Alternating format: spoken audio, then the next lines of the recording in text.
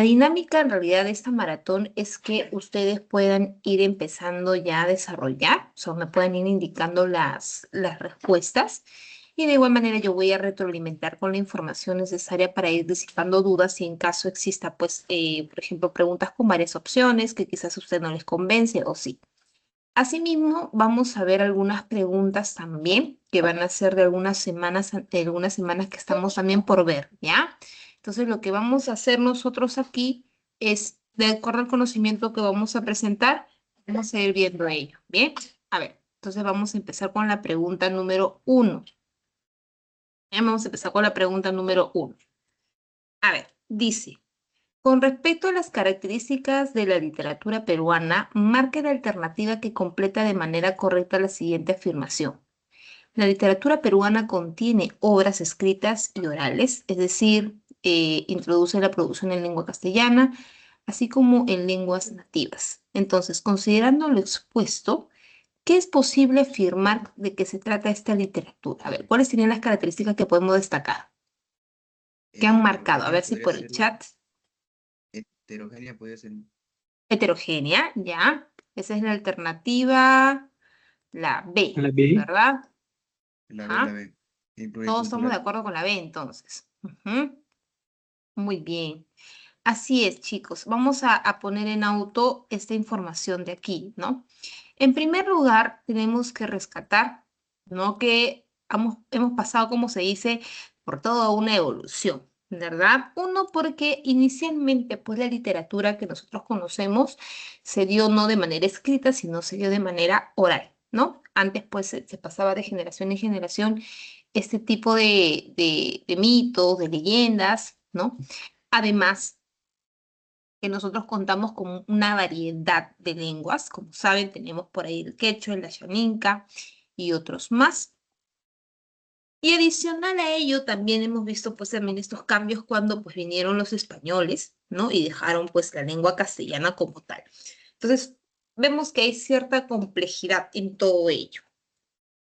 Por eso vamos a decir, uno, que se va a tratar de una literatura heterogénea. Heterogénea viene de la palabra diferente, distinto, ¿no? Son distintas partes. Y a la vez también vamos a hablar de pluricultural. Pluricultural porque viene de varias lenguas. ¿Bien? Entonces, en base a ello, la alternativa aquí será la alternativa B. La alternativa bien. Si han marcado la B, estamos en buen camino, chicos. Estamos en excelente camino. Bien. Ok, vamos a pasar ahora con la pregunta 2. Ven con la pregunta 2. Acá tenemos un fragmento ya de comentarios reales, pero ojo que estamos hablando de la primera parte de comentarios reales. A ver, dicen que pasado el diluvio se apareció un hombre de Tiahuanacu que está al mediodía del Cusco, que fue tan poderoso que repartió el mundo en 4 partes y las dio a 4 hombres que llamó reyes. El primero se llamó Manco Cápac y el segundo Coya, y el tercero Tokay y el cuarto Pinagua. Ahí tenemos los puntos suspensivos que significa que va a continuar, ¿no? Dicen que de este repartimiento del mundo nació después el que hicieron los incas de su reino llamado Tahuantinsuyo. Dicen que el Manco Cápac fue hacia el norte y llegó al Valle del Cusco y fundó aquella ciudad y sujetó los circunvecinos y los otrinó. Y con estos principios dicen que de Manco Cápac casi lo mismo que hemos dicho de él y que los reyes incas descienden de él y de los otros 3 reyes no saben decir que fueron de ellos. Entonces, de acuerdo a ello, ¿no? Se puede afirmar que el autor tuvo el firme propósito de. ¿Cuál sería el propósito aquí que tendría pues el autor de acuerdo a este fragmento? Ojo, yo sé que quizás por ahí nos emocionamos, decimos, ya me hice este propósito general de la primera parte. Bien, puede ser, pero enfóquense en el fragmento. Eso les voy a pedir, chicos, enfoquémonos en el fragmento. Por algo lo está colocando ahí el fragmento. ¿Cuál ¿La B? sería su opción aquí? La B, me dicen por acá. ¿Ya? A ver, ¿qué más? Tenemos la B. La D. La D, me dicen por aquí. ¿Ya? BD. A ver, ok, ok. Primero, para responder esta pregunta, chicos, por acá me han dicho casa también, ¿ya? Recordemos que una de las cosas que en toda esta primera parte, porque recordemos de que Garcilaso de la Vega lo que quiso era explicar cómo era pues el origen de esta literatura prehispánica. Toda esta primera parte, lo que él tenía, como se dice, una intención general, era simplemente, como se dice, un poco como que corregir, ¿no? Por el hecho de que, recuerden pues que había también cronistas españoles, y pues la crónica nace con la finalidad de dar un informe al rey, ¿cierto? Entonces, en esa época, pues, eh, lo que quiso hacer Garcilaso era de alguna manera reivindicar porque él consideraba que tenía la información, por lo mismo que él partía, sabemos que su papá era español y su mamá era pues también una indígena, pues, ¿no? De clase alta. Entonces, tomando en cuenta todas estas consideraciones, ya él quiso explicar cómo fue realmente, ¿no? La literatura, cómo fue el inicio prehispánico. Pero específicamente en este fragmento, si ustedes se percatan, aquí él está hablando no del inicio del Tahuantinsuyo, no el inicio del Imperio Incaico, sino está hablando de los iniciadores. Es decir, estamos enfocándonos en quiénes, en el origen de los incas, ¿ya? Y acá te lo menciona, ¿no? Por un lado tenemos a Manco Cápac, a ver, por acá lo voy a subir allá, ¿no? Por otro lado tenemos también, por acá te menciona, Coya, tenemos también por acá Tokay, tenemos acá Pinagua, que son justamente aquellos que se han ido mencionando para hablar del origen, ¿no? Y después, al finalizar, te dice que no se sabe qué fue de ellos, ¿no? Entonces, el propósito aquí va a ser ofrecer la información correcta, ya ofrecer la información correcta sobre el origen o el posible origen de los incas, ¿ya? Entonces, aquí en el caso de la 2, la alternativa será la C. ¿Ya, chicos? Por eso la alternativa aquí sería la C. Bien, entonces con eso descartamos. Por acá, ¿por qué no puede ser la B? Porque acá dice corrigió las versiones que aludían a la fundación del Imperio Incaico. Hablamos de la fundación del Imperio Incaico, pero acá no está hablando todavía de esa fundación del Imperio Incaico, ¿no? Por acá me dijeron también la D, describir detalladamente importantes costumbres del antiguo Perú, tampoco. ¿No? No estamos hablando todavía de esas costumbres y tradiciones de Perú prehispánico, ¿no? Entonces ahí la única alternativa que queda sería la C. Bien, chicos, vamos con la pregunta ahora 3. En este caso ya estamos entrando pues al costumbrismo y para ello se está desarrollando la siguiente pregunta, ¿no? ¿Verdadero o falso según la obra pues que tenemos aquí, Ñacatita? Entonces, tenemos por acá, dice, es una tragedia costumbrista que está dividida en 4 actos, predominan los versos de 11 sílabas, es decir, los endecasílabos, respeta las unidades del teatro como clásico, como por ejemplo tiempo, lugar y acción, y en los diálogos se emplean expresiones populares y coloquiales. A ver, chicos, de acuerdo a ello, me van diciendo, ¿cuál es su alternativa? La La E. E. La B, la B, la La B, E. La E, me dicen por acá. Ya, la la B. B, B también me dicen por acá. Ya, vamos a corregir, vamos a ver cómo nos va. Por acá tenemos puesto la E. Bien. En primer lugar, chicos, la primera parte, ¿no? Tragedia costumbrista que está dividida en 4 actos. Primero, tengamos en cuenta que esto no es una tragedia. Ya, Ñacatita no es una tragedia, es una comedia costumbrista.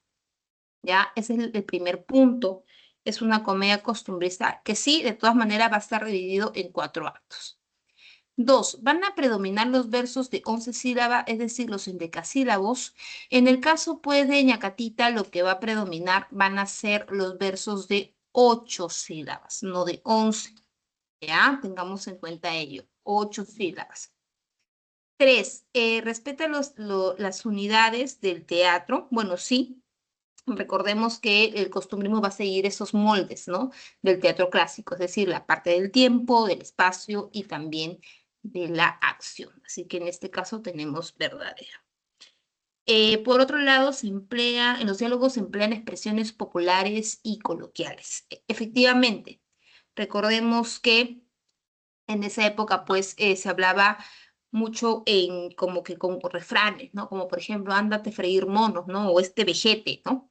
Entonces, ¿qué pasaba? Manuel Ascenso Segura tenía la costumbre de ser un gran observador, se sentaba en la plaza y pues veía la forma en cómo hablaban, pues, en esa época los anticriollos, ¿no? Y es así, pues, que le llega a colocar estas expresiones en sus diálogos. Entonces tenemos falso, falso, verdadero, verdadero. Por lo tanto, la alternativa aquí sería la E. Bien, chicos, alternativa E. Listo. Muy bien. Para los que han llegado en la E, vamos por buen camino y los que no, ya estamos corrigiendo. Corrigiendo. Bien. Vamos ahora con la 4. A ver. Dice, llega el día de la partida.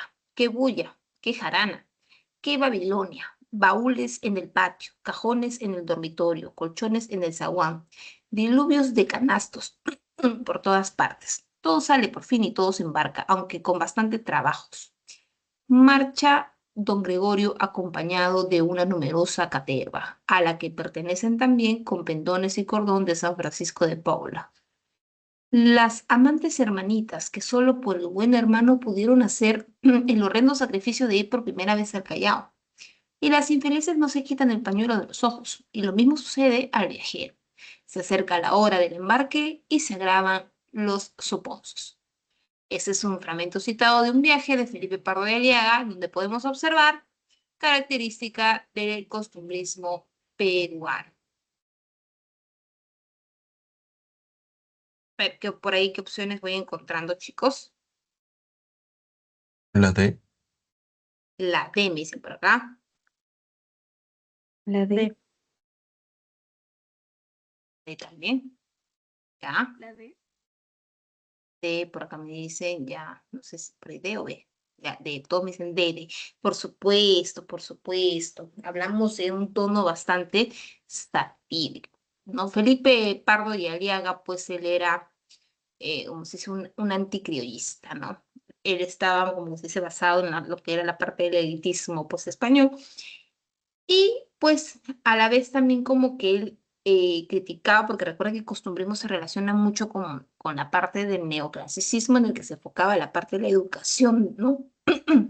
Y aquí pues vemos en este fragmento uno, pues de que en este caso el niño Goyito, que ya ustedes saben que el niño Goyito no era tan niño, sino estamos hablando de un señor que tiene más de 50 años, y también acá lo curioso es que quien los ayuda a embarcar van a ser sus hermanas, ¿no? Y dice, ¿no? Las hermanas que tuvieron que sacrificarse por ir por primera vez al Callao. Y también tenemos, pues, que las infelices no se quitaban el pañuelo, ¿no? Ahí está el tono satírico. ¿Y por qué, chicos? Porque recuerden que en esa época, pues, no es como ahora que tanto, por ejemplo, el hermano menor se puede casar antes que el mayor, ¿no? No hay problema, no se ve mal. Pero en esa época sí. Si el mayor no se casaba, ¿no? Por ejemplo, en este caso el mollito que tenía más de 50 años, las hermanas no podían casarse, ¿no? Entonces no podían encontrar marido. Entonces imagínense, para esa época, pues las hermanas ya habrán tenido entre sus 30, ¿no? Y pues ya se consideraban solteronas, pues, ¿no? Las tonas se les consideraban solteronas. Entonces ya, ahí está, pues, ¿no? La parte satírica y también viendo un poco cómo es la parte de la educación que se daba en la época. Bien, chicos. Muy bien, entonces acá está el tono satírico. 4D. Buen trabajo. Vamos ahora con la pregunta 5. Dice, ¿cuál es la característica del estilo de las tradiciones presentes en el siguiente fragmento de Don Dimas de Tijereta de Ricardo Palma? Y dice, y con esto, lector amigo, y con que cada 4 años uno es bisiesto, pongo punto redondo al cuento, deseando que así tengas la salud como yo tuve empeño en darte un rato de solaz y divertimiento. A ver, ¿cuál sería su alternativa aquí, chicos? La E. ¿La E? La E, profesora. La E, todos me dicen E. La D. Ya. La D, ya La D. tenemos acá dos alternativas. Ya. A ver, veamos. Mira el fragmento. El fragmento es como si el autor estuviera hablando con el lector, ¿no? Como que se está despidiendo, le está dando como si sea la famosa moraleja o la famosa enseñanza, ¿no? Y es que en el caso de las tradiciones peruanas, chicos, vamos a ver pues a un Ricardo Palma que dice que las tradiciones no están diseñadas para leerlas, o sea, no sirve solo leer, sino que las tradiciones sirven para contarse, como si fuera una anécdota, ¿no? Eso es una de las características que va a destacar muchísimo Ricardo Palma en las tradiciones peruanas, ¿no?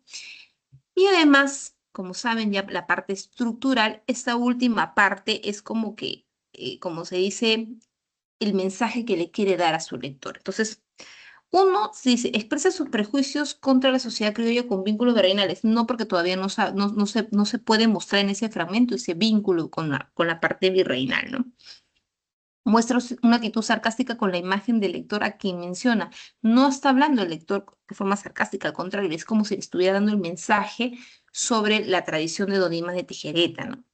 Evidencia el culto al yo romántico a partir de narrar en primera persona. No, todavía no estamos viendo ese el culto al yo romántico porque no es como que solamente está expresando la parte emocional, ¿no? Destaca el lenguaje popular por sentencias y refranes, ¿no? Si bien es cierto, en tradiciones vamos a ver el uso de refranes, pero no se evidencia tampoco este refrán en el fragmento, ¿no? En cambio, acá vemos, dice, se dirige al lector directamente para crear el efecto de oralidad en el relato. Entonces, aquí la alternativa sería la E, ¿no? La parte en cómo él se está direccionando para poder hablar con el relato, ¿ya? A ver, vamos a ver una siguiente pregunta, chicos. Un momento, por favor. La 5 es la E. A ver, vamos con la 6 y en este caso estamos enfocándonos en el caballero Carmen. A ver si me indican, por favor, cuál sería su alternativa y ahorita lo vamos a ir corrigiendo. La A. Ok, la A.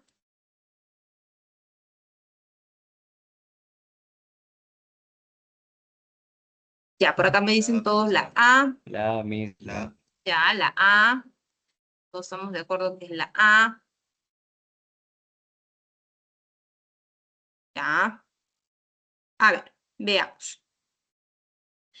Dice, era un viejo dulce y bueno y hacía muchos años, al decir de mi madre, que llegaba todos los días a la misma hora con el pan calientito y apetitoso, montado de su burro detrás de dos capachos, cero, repletos de toda clase de pan, hogazas, pan francés, pan de mantecado, rosquillas. Madre escogía el que habíamos de tomar y mi hermana Jesús lo recibía en el cesto. Marchábase el viejo y nosotros, dejando la provisión en la mesa del comedor cubierta de hule brillante. Íbamos a dar de comer a los animales. Bien, para hablar del caballero Carmelo, chicos, y de Abraham Valdelomar, nosotros tenemos que enfocarnos en lo que es el posmodernismo. Y recuerden que uno de los aspectos que vamos a ver aquí, una de las temáticas va a ser la vida provinciana, ¿no? Más aún desde un aspecto nostálgico que le va a dar Abraham Valdelomar, ¿no?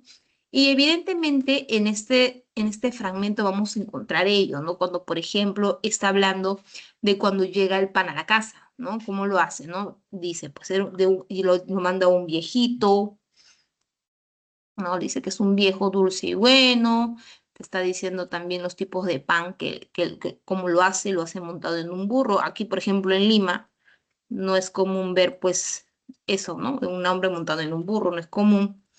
Además, también vemos cómo la mamá tenía la costumbre de escoger el pan, ¿no? La hermana también cómo lo recibía en la cesta. Entonces, aquí lo que vamos a ir evidenciando es el aspecto de los fragmentos, pues, de cómo ha sido la vida del autor, ¿no?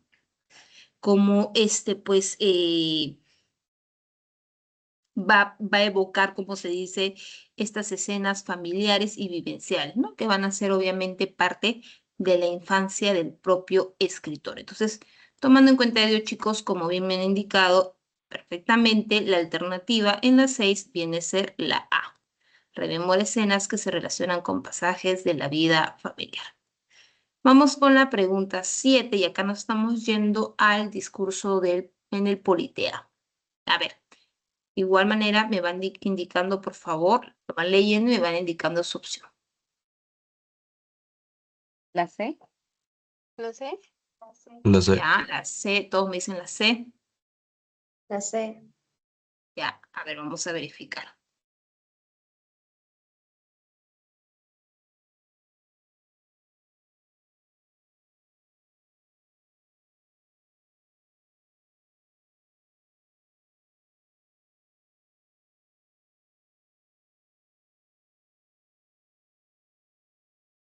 A ver, veamos, jóvenes. Dice, niños, sed hombres, madrugada la vida, porque ninguna generación recibió herencia, más triste porque ninguna tuvo deberes más sagrados que cumplir, errores más graves que remediar. En la orgía de la época independiente, vuestros antepasados bebieron el vino generoso y dejaron las heces. Siendo superiores a vuestros padres, tendréis derecho para escribir el bochornoso epitafio de una generación que se va, manchada con la guerra civil de medio siglo y con la quiebra fraudulenta y con la mutilación del territorio nacional, ¿no?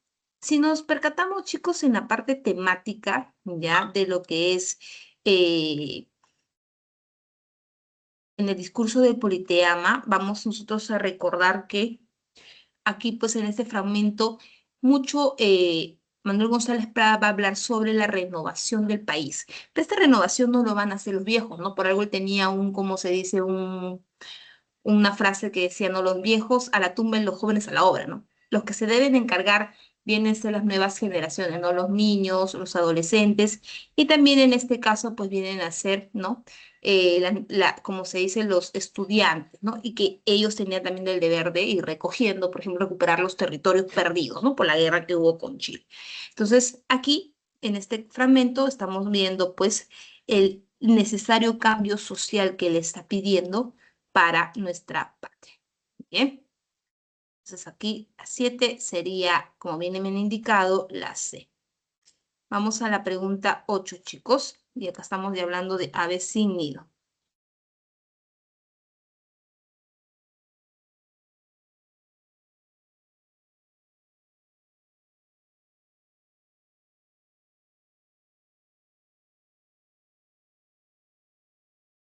¿La A? Ya, Hice una consulta. ¿Cuál era la clave en la 7? a ver, la clave en la 7, vamos a ver, la clave en la 7 era la C, hija, la 7, la 7 es la C. A ver, A. A ver, ¿No sería la B?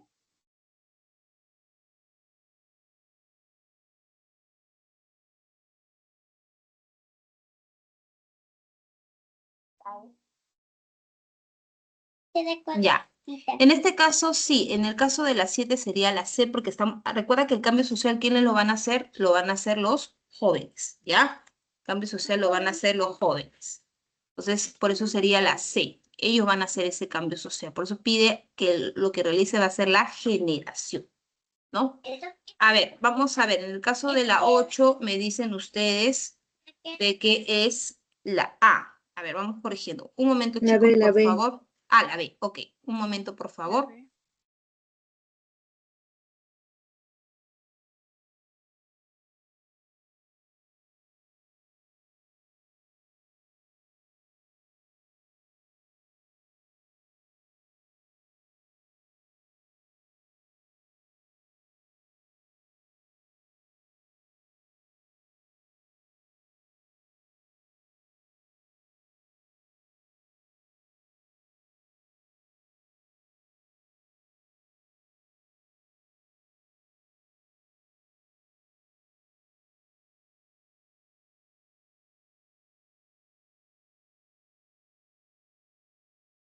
Ya, ya chicos, disculpen la interrupción.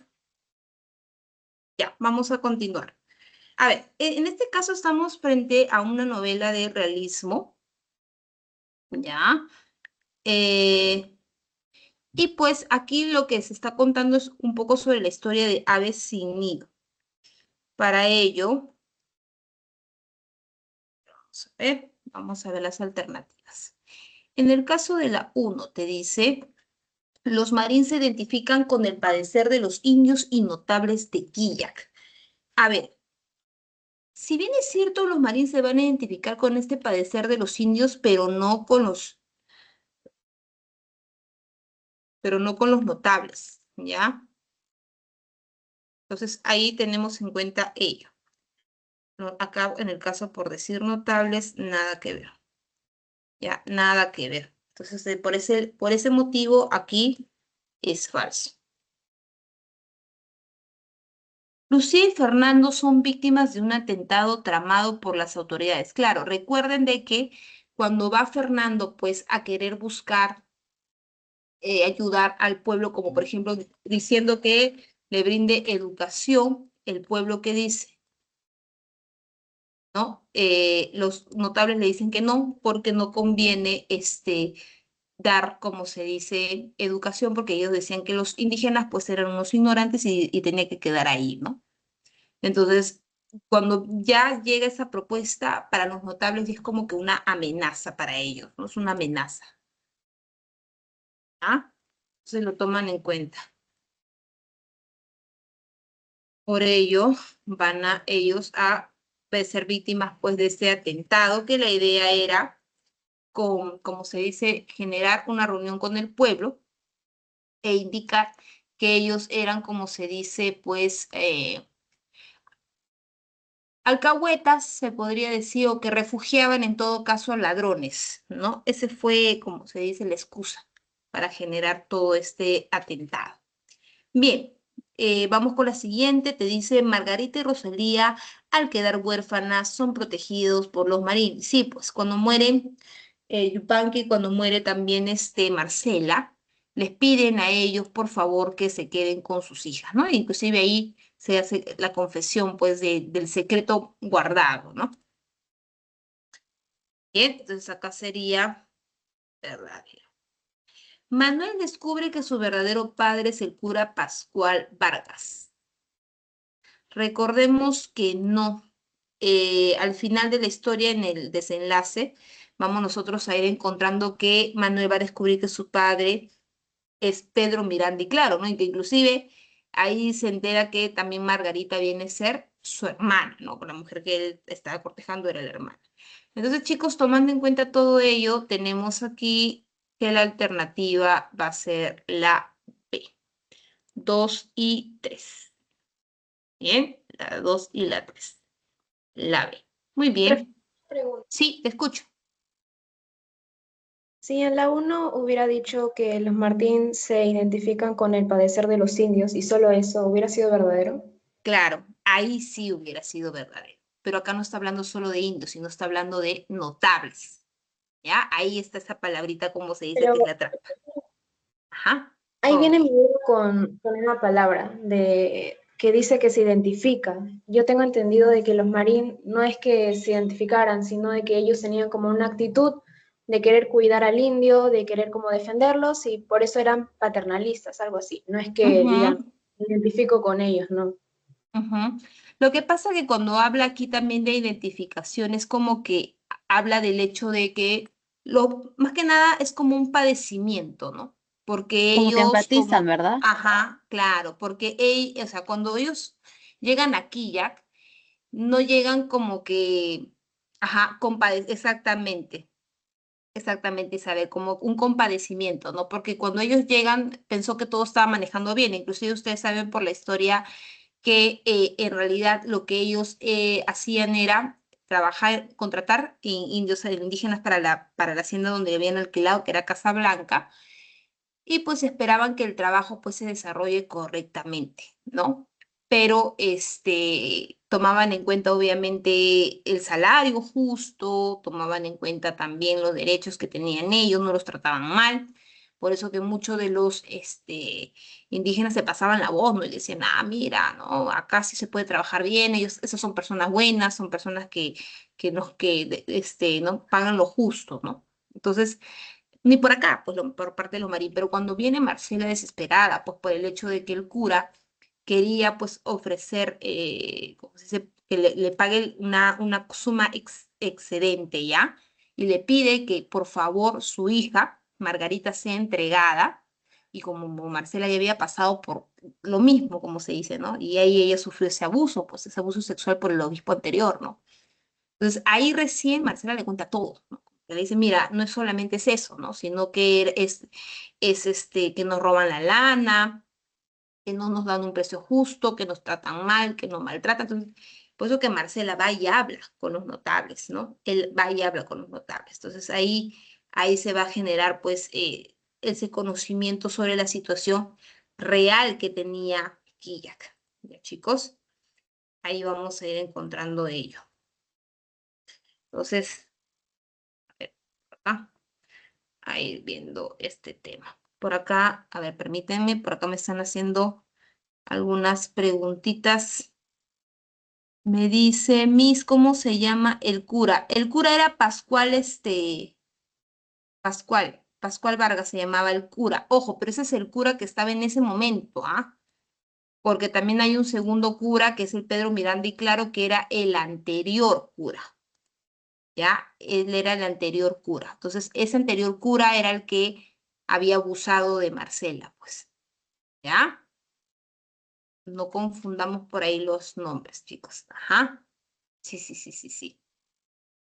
Ok, listo, perfecto. Vamos a continuar entonces, chicos. Bien, vamos ahora con la pregunta 9. Bien, en el caso de la 9 te dice, lea los siguientes versos pertenecientes.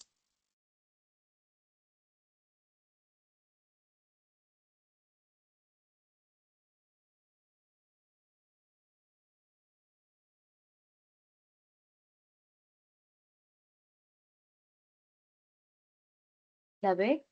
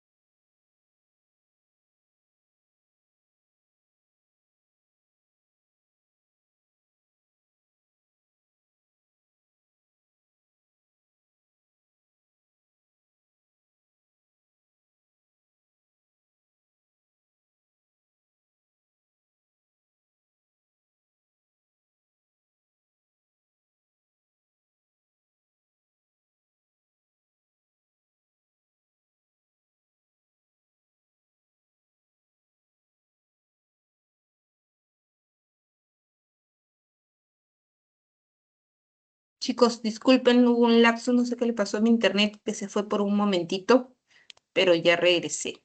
Disculpen, discúlpenme, estoy aquí de vuelta. Ok, vamos ahora a la pregunta 9, ¿ya? ¿Dónde nos quedamos? Ya.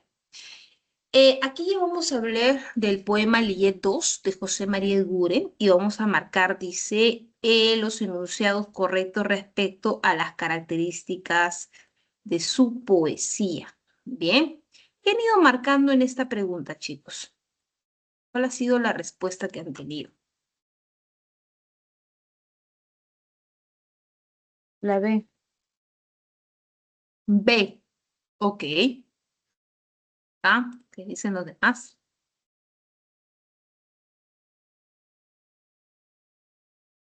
La B.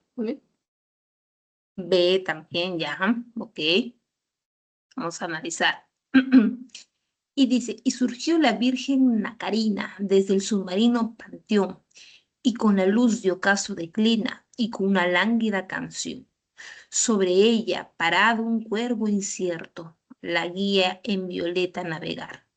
Hoy la mística blancura ha muerto con toda la tristeza del mar. Bien, bien. está diciendo en la primera parte, ¿no? Sugiere una atmósfera plenamente misteriosa. Recordemos, pues, que Eguren es como se dice, una persona que se le va a reconocer mucho por el simbolismo que va a mostrar.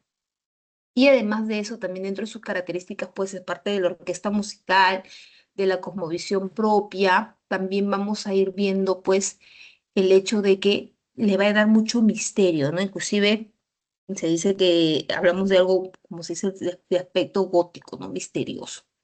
Por lo mismo, pues, que recuerden que en su infancia no tuvo, como se dice, mucha cercanía con otros niños, ¿no? Sino más que nada con personas adultas, por lo mismo que estaba enfermo. Y eso va a conllevar porque se refugie en lo que eran las novelas francesas y también en historias de niños, pues, ¿no? Entonces, parte de este misterio va a ser una característica también dentro de sus obras, asimismo como el lenguaje refinado y también el uso de elementos exóticos, ¿ya? Bien, entonces, en el caso de aquí, la primera sería verdadero.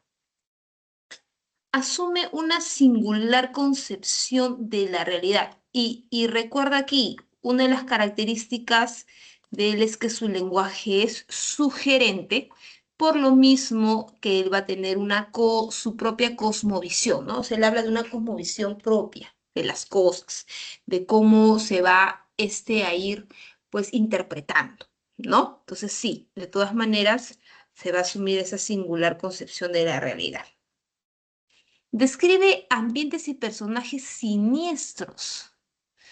A ver, aquí no estamos refiriéndonos a nada siniestro, chicos. O sea, más bien, si hubiera sido, por ejemplo, a ambientes y personajes como que dentro del exotismo, quizás sí podríamos hablar de ello, ¿no? Pero siniestros no encontramos acá. Entonces, acá también sería falso. Emplea adecuadamente un lenguaje coloquial. Falso. Recuerda lo que te he dicho. Una de las características de Guren va a ser el lenguaje refinado. ¿Ya? Esa va a ser su característica. Entonces aquí, también. Por lo tanto, la alternativa aquí sería la B. 1 y 2. ¿Ah? 1 y 2. Bien, chicos, vamos a pasar a la siguiente, que ahora es en cuanto a la información del movimiento Colonia. A ver, que por ahí han ido marcando por acá, chicos.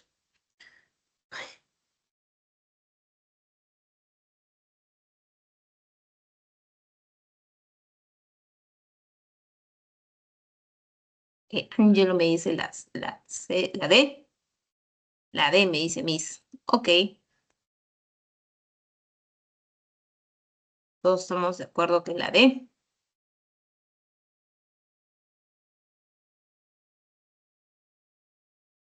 La B. B me dicen por acá. Ah, a ver, vamos bien. Ya, está por acá.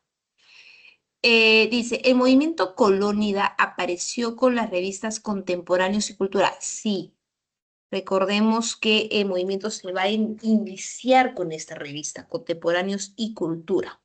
Entonces, aquí, esta parte de acá va bien. Posteriormente se consolida en el año de 1916. Abraham Valdelomar se constituyó como el líder de este conjunto de escritores. Claro, él fue el que va a ayudar a que se dé este movimiento, que pues buscaba, como se dice, criticar, tener una postura crítica frente a las modas y el elitismo conservador de la época, pues, ¿no? Porque recuerden de que cuando entramos al movimiento colonial hablamos de que todavía existía un centralismo, ¿no? Como que todo era Lima y no, pues, nada era provincia, ¿no? Y más aún porque a los provincianos, pues, se le trataban mal, ¿no? Se creía de que ellos no podían salir adelante, no podían ser reconocidos. Entonces, ya con eso él trata de mostrar que sí, ¿no? Que sí, sí se puede. Entonces, acá también Abraham de Lomar va a ser el líder. Colónida asumió una actitud crítica y rebelde contra las modas y el elitismo aristocrático y conservador de la época, verdadero también. Y los integrantes del movimiento sintieron una admiración por la belleza formal y en sus obras resaltaron el cosmopolitismo de la vida citadina. Acá encontramos el error, hijos. ¿Por qué? porque no era la vida citadina, sino lo que ellos enfatizaron fue la vida provincial. Bien, provincial. Entonces, por ello aquí la respuesta va a ser la C. 10C. Chicos, la C. Muy bien. 10C. Vamos ahora con la pregunta 11. Y aquí estamos entrando a encaje de fiebre de los heraldos negros. A ver, vamos viendo las respuestas que me han ido marcando. Una consulta. En todo caso, Sí. en el movimiento columna también se consideraría el liderazgo aristocrático, ¿no? No solo se le La parte consideraba aristocrática también. Sí, la parte aristocrática también fue parte de la crítica, sí.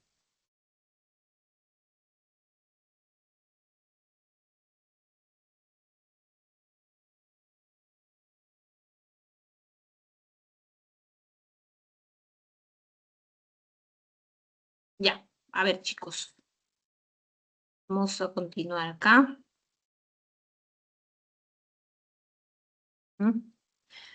Tenemos aquí versos, estamos de los heraldos negros. Recuerden que heraldos negros pues es de la etapa modernista, no de César Vallejo. A ver, de acuerdo a las temáticas que ya han visto ustedes en la sesión de esta semana, ¿qué han podido marcar sobre esta pregunta?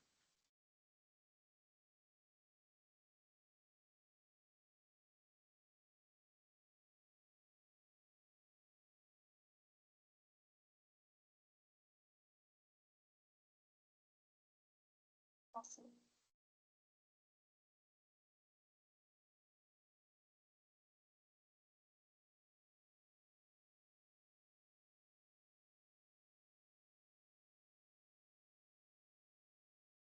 Está difícil, dice.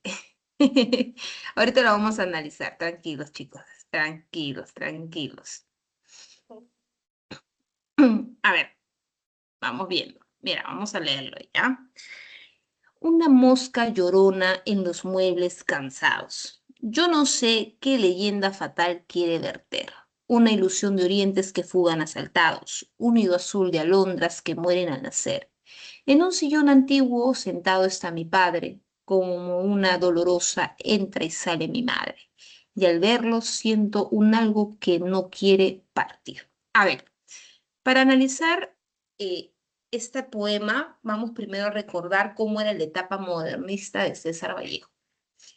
Uno, recuerden de que se dice que mantiene los rasgos modernistas por el lenguaje refinado que va a tener, por el tipo de palabras que va a utilizar. Y además de eso, se dice pues que en la última sección él va, como se dice, va a tener mayor extensión, mayor originalidad, por lo mismo que él va a hablar de dos temas muy importantes. Uno que era el hogar provinciano y dos, porque habla de la raíz andina, ¿ya? Esas temáticas van a ser muy importantes en los heraldos negros. Ahora, si te percatas aquí, ya en el poema, él está relatando un poco de cómo era el hecho del cómo se desarrollaba pues el papá, ¿no? O sea, habla de un tema del hogar, como se dice, familiar. Primero, porque vemos que él está contemplando, como se dice, el lugar. Uno, vemos que es un lugar que va a presentar muebles, pero si te dice muebles cansados, significa que no son muebles nuevos, pues, ¿no? Sino hablamos de unos muebles, pues, que ya están viejitos. Mosca llorona, porque obviamente la mosca hace ruido. Ya sabemos, ¿no? El famoso zumbidito, pero llorona porque este zumbido es más fuerte, ¿no? Entonces eso quiere decir que la casa se encuentra en silencio. ¿Ya? Otro, por acá te dice, en un nido azul de alondras que mueren al nacer, por ejemplo, acá está el uso del lenguaje refinado. En un sillón antiguo sentado está mi padre, ya, está indicando nuestro papá, como una dolorosa entra y sale mi madre. Ya está. Entonces, aquí que estamos viendo que está evocando ¿no? Es como si estuviera hablando de un recuerdo que tuvo de su familia, ¿no? Como que evoca ese tema del hogar familiar, ¿no? Que, este es un recuerdo que yo tengo de mi papá y de mi mamá, ¿no? Mi papá sentado en el sillón, los muebles viejitos, mi mamá que entra y sale de la casa por las actividades que tiene que hacer, ¿no? Entonces, tomando en cuenta ya esto, chicos, creo que por ahí ya me han dicho la respuesta, ajá. En este caso, estamos La E. hablando, ajá, muy bien, de su ámbito hogareño, ¿no? Como era este ámbito hogareño. Entonces, aquí la respuesta sería la E. Bien, acá la 11 sería la E. Muy bien, chicos. Y aquí vamos ya, yo casi los voy a ayudar, no se preocupen. La idea es que con estas preguntas ustedes puedan tener ya una idea y una noción de lo que les viene estas últimas semanas, ya, de la pre. Entonces yo voy a hacer, como se dice, algo rápido, pero a la vez explicativo. Bien. Aquí nos vamos a enfocar en la novela El mundo es ancho y ajeno, de Ciro Alegría. Pero para hablar un poquito de esta novela indigenista, vamos primero a diferenciar.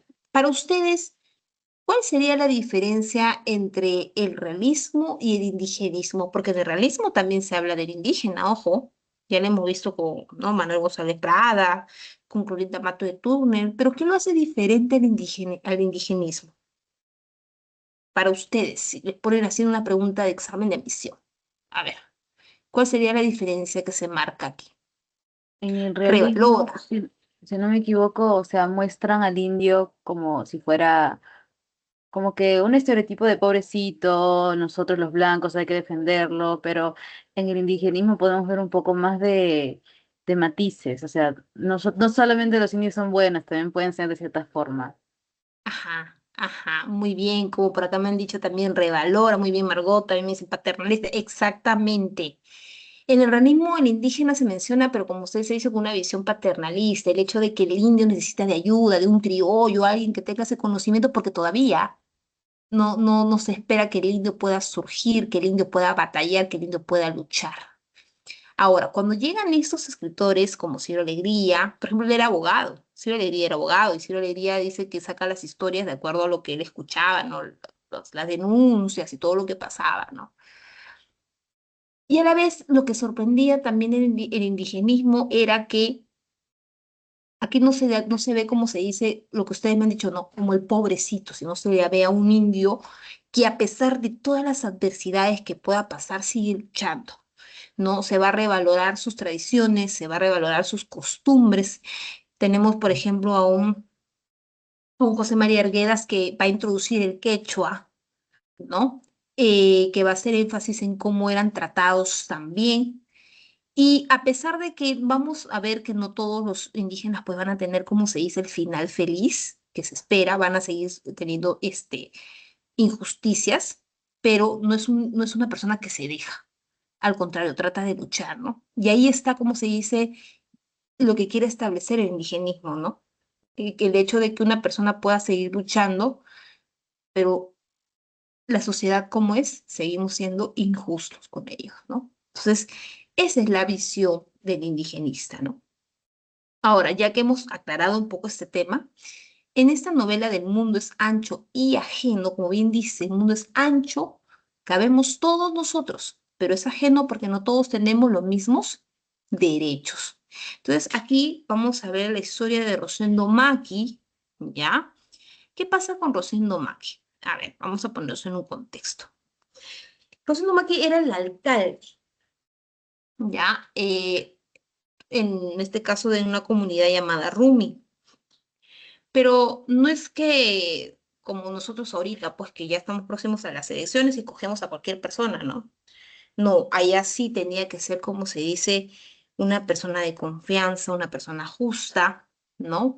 Una persona que realmente se preocupe por los pobladores, ¿no? Eso era la visión que tenían en Rumi, por eso el más adecuado en todos ellos era Rosendo Maggi. Pero ¿qué pasa, chicos? Como siempre, ¿ya? Va a haber una lucha, en este caso, por el abuso de los gamonales, ¿no? También conocido como los famosos hacendados. porque ellos van a llegar a esta comunidad de Rumi y obviamente se van a querer apropiar de esta comunidad, ¿cierto? Pero obviamente pues no se van a dejar los pobladores, pues o sea, es como que tú tienes tu casa, estás viviendo tranquila y feliz y viene una persona que por el hecho de ser blanco quiere llevarse tu territorio, no te vas a dejar, ¿cierto? Igualmente pasó acá, ¿no? Entonces, el detalle aquí es que no solamente estamos hablando de la injusticia por parte de los hacendados, sino también se estamos mostrando la injusticia por parte del sistema legal que tenemos nosotros en nuestra patria, ¿no? Porque, ¿qué hacían los hacendados? Donde mejor les parecía, ¿no? Ellos por la educación. Por lo mismo que los indígenas no eran educados correctamente, ellos se aprovechaban de eso, aprovechaban de su ignorancia para poder quitarle la tierra. Entonces, ok, tú quieres decir cómo se dice la vía legal, no vamos, pero voy a ganar porque tú no conoces nada de tus derechos, ¿no? Eso pasaba en Rumi. Entonces, ¿qué hace? Rosendo Maki, pues al ver que su pueblo está sufriendo, ¿no? Que se están aprovechando de ellos, él va a intentar defender legalmente a su pueblo, ¿no? Pero vuelvo a repetir, el sistema judicial que vamos a tener es corrupto y va a favorecer de todas maneras a los hacendados, ¿no? Y eso pues con el tiempo, al ver que Rosendo Maqui no se deja, a pesar de que hay un sistema corrupto, él sigue luchando, sigue queriendo enfrentarse a los hacendados, lo que van a hacer es que con engaños lo van a encarcelar al pobre hombre, pues, porque es como se dice, es la piedra en el zapato, ¿no? Y al encarcelarlo, pues lo van a matar, lo van a matar en prisión. Ya, pues esa es una metáfora de lo que va a simbolizar, pues, la derrota, ¿no? La derrota de los indígenas frente, pues, a la comunidad injusta que hay. Entonces, ahí, pues, vemos de que la comunidad poco a poco va desapareciendo, por lo mismo que ya los hacendados tomaron todo el poder. Bien, chicos. Entonces, ya con esta pequeña o esta breve información, vamos a ver el siguiente fragmento. Dice, Rosendo Maki declaró, hablando con fervosa sencillez del derecho de la comunidad de Rumi, desde sus títulos, desde una posesión indisputada que todos habían visto a lo largo de los años y de la misma tradición que afirmaba que esas tierras fueron siempre de los comuneros y de nadie más. La voz se le ahogó de emoción y hubo de callar un momento para reponerse.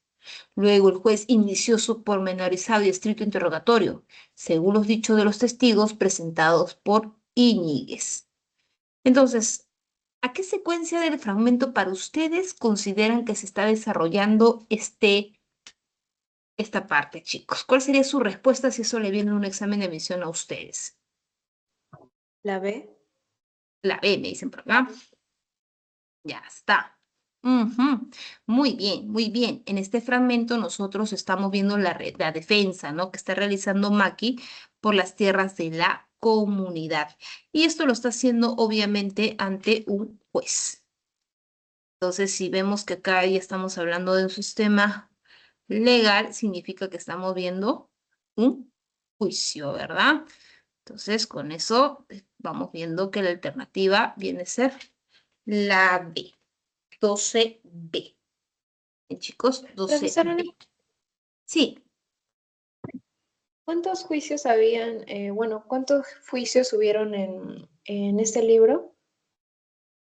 en realidad se habla de un juicio, porque recuerden de que él trata de recabar la información y llevarlo todo al sistema legal. Primero, piensa pues que primero, como se dice, haciendo una denuncia, ya iba a avanzar en la situación, pero no, como que ¡pum! Se va, ¿no? No le hicieron caso, se tuvo que presionar, que presionar, que presionar, y por eso que recién llega, como se dice, al juicio como tal, ¿ya? Entonces hablamos solamente de un juicio, ¿bien? Ok, está.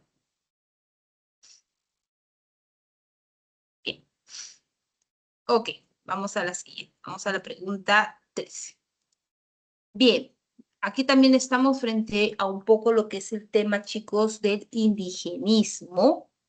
Y aquí nos vamos a enfocar en los ríos profundos. esto, vamos a hablar de José María Arguedas.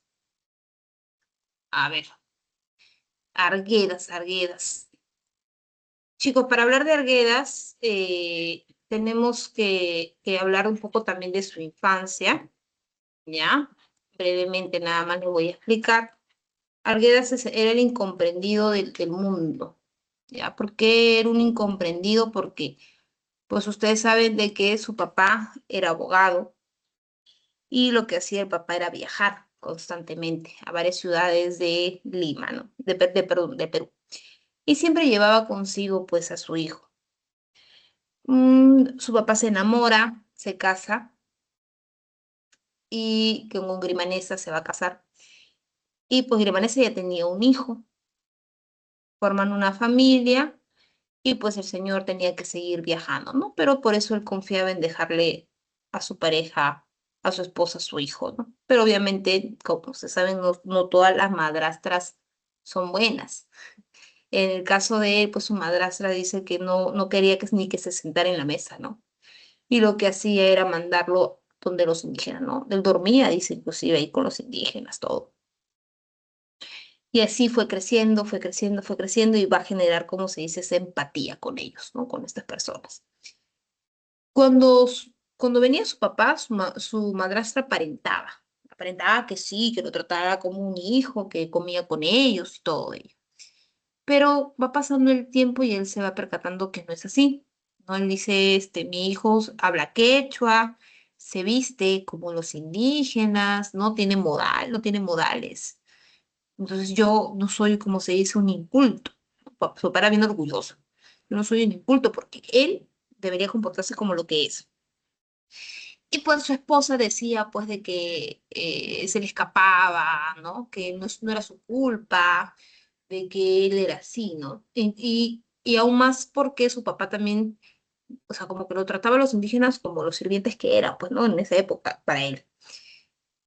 Él sufrió mucho porque además de eso vio el maltrato que se le daban a los indígenas que fueron, como se dice, sus padres.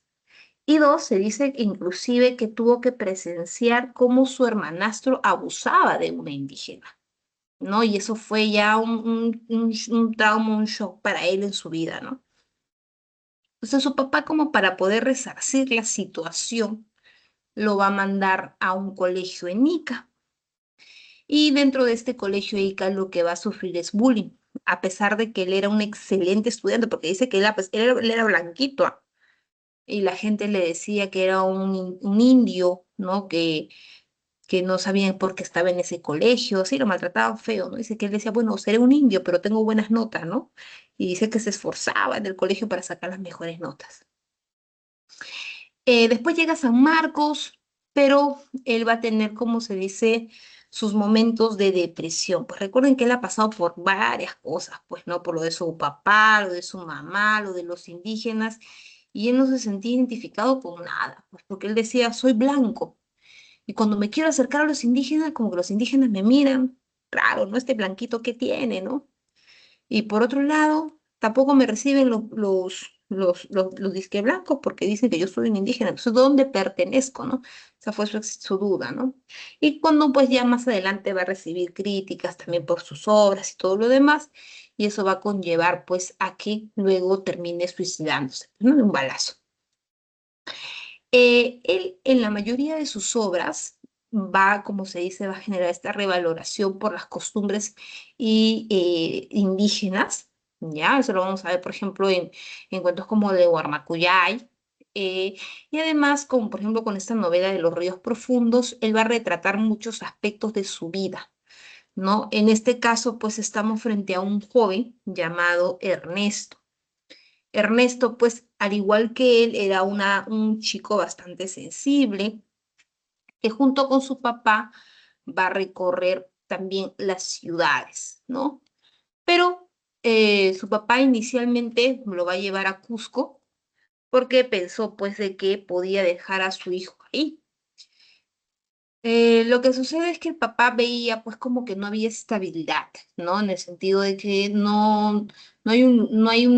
su hijo no conocía lo que era un hogar, porque solamente viajaban y no tenían un sitio estable. Entonces cuando llegan a Cusco, se dan con la sorpresa que el familiar que tenía el papá era un familiar muy déspota, muy tirano. Entonces el señor dijo, no, acá no lo puedo dejar a mi hijo, ¿no? Y después de Cusco, va a dejar a su pequeño en un internado, un colegio religioso que había en Abancay, ¿no? Y ahí pues él va a vivir, como se dice, muchas experiencias, ¿no? Donde va a haber pues uno la soledad, porque obviamente va a extrañar a su papá, también va a haber carne propia la violencia y también la parte de la incomprensión. ¿Por qué? Porque uno, Ernesto, que es el personaje, va a observar pues cómo los chicos mayores, porque hablaba mucho de los niños mayores, trataban mal a los otros niños, no les pegaban. E inclusive se hablaba de una señora que trabajaba en el lugar, ¿ya? Y que esta señora lo que hacía era, como que se encargaba de la limpieza, ¿no? Y se decía que las personas mayores de ahí, inclusive algunos estudiantes, abusaban sexualmente de esta señora, ¿no? Y él todo eso lo conocía también, ¿no? También vamos a ir observando aquí, ¿no? De que también los religiosos también eran personas injustas, ¿no? Entonces, como que se veía dividido en dos mundos, ¿no? Por un lado, este mundo indígena que él, pues, Ernesto adoraba, porque dice que los indígenas lo veía, pues, con mucha inocencia, lo trataban bien, y por otro lado también estaba, pues, este mundo que era el internado, ¿no? Porque era como que Ernesto salía del internado y se encontraba con la naturaleza, se acercaba a los indígenas y vivía ese mundo pues andino que tanto le gustaba. Pero cuando llegaba nuevamente al internado tenía que portarse, como se dice, la educación formal, tenía que rezar, ¿no? Tenía que ver todo ello. Entonces aquí va a haber, como se dice, una revolución. De pronto en Abancay se da una revolución porque las mujeres indígenas no se van a dejar. Porque simplemente quisieron las autoridades prohibirles vender chicha, ¿no? Las personas dijeron, no, ya no pueden vender. Y pues las mujeres indígenas no se dejaron, dice que fueron a batallar, ¿no? Contra las autoridades, que cómo era posible que le van a restringir las cosas. Y eso pues hace que Ernesto también se conmueva bastante, ¿no? Y vea pues hay como se dice, una fuerza dentro de estos este pueblo indígena, ¿no? Que se levanta, que no se deja. Y de pronto, pues, va a haber, como se dice, un tipo de peste va a entrar. Esta peste se da primero en las ciudades y se esperaba que no llegue al internado. Pero acá lo curioso, chicos, es que las personas, pues, se creía de que la peste se curaba rezando, ¿no? Dice que él veía a los indígenas morir, veía también a algunas personas fallecer que no eran indígenas, y pues que todo decían que era rezar, rezar, rezar. Entonces, como ya esta peste estaba llegando a este internado, se decide pues que los chicos salgan, ¿no? Se vayan con sus familias para que puedan salvaguardarse pues de lo que estaba pasando, ¿no? Y pues todo ese proceso se da, pues, como se dice, se va a dar una maduración también del protagonista, pues, ¿no? Bien. Ahora, ¿por qué ríos profundos? Porque ¿cómo son los ríos? Pues chicos, los ríos no son estáticos. Los ríos están en constante movimiento, los ríos son fuertes, ¿cierto? Entonces él hace referencia a estos ríos como la fuerza, ¿no? De esta cultura andina, que sigue en una sociedad que no, quizás no lo ve muy bien, ¿no? Entonces, ya con esta información, chicos, vamos a ir desarrollando esta pregunta 3. Por acá te dice, acompañado de su padre Ernesto, visita por primera vez la ciudad de Cusco. ¿Ustedes qué marcarían aquí? ¿Verdadero? Claro, el primer lugar donde ellos llegan es Cusco. Estaba el pariente, como le digo, tirano, ¿no? Añuco regala a Ernesto un trompo que tomará forma de un espíritu andino. A ver, aquí sí hay que aclarar. Él habla mucho de un zumbayu, le va a llamar, zumbayu, ¿no? Que es el trompo que le regala un compañero y que como que lo asocia pues también como se dice con la fuerza andina, ¿no? Pero aquí sí hay que tener en consideración que no va a ser Añunco, sino va a ser Antero, ¿ya? Antero va a ser uno de los niños que le va a regalar, ¿no? Y él se va a sentir como, wow, no me han regalado algo así, ¿no? Es falso. Dice, el protagonista suele visitar la comunidad de Patibamba en el Cusco. ¿Ya? A ver, dice, suele visitar Patibamba en el Cusco. No tanto era Patibamba, ¿ya? No era Patibamba en sí, sino era Abancay. Entonces, aquí vamos a marcar falso también, chicos. Y por último, a ver, espérenme un ratito, no sé qué está pasando con mi computadora. Ahora sí, falso.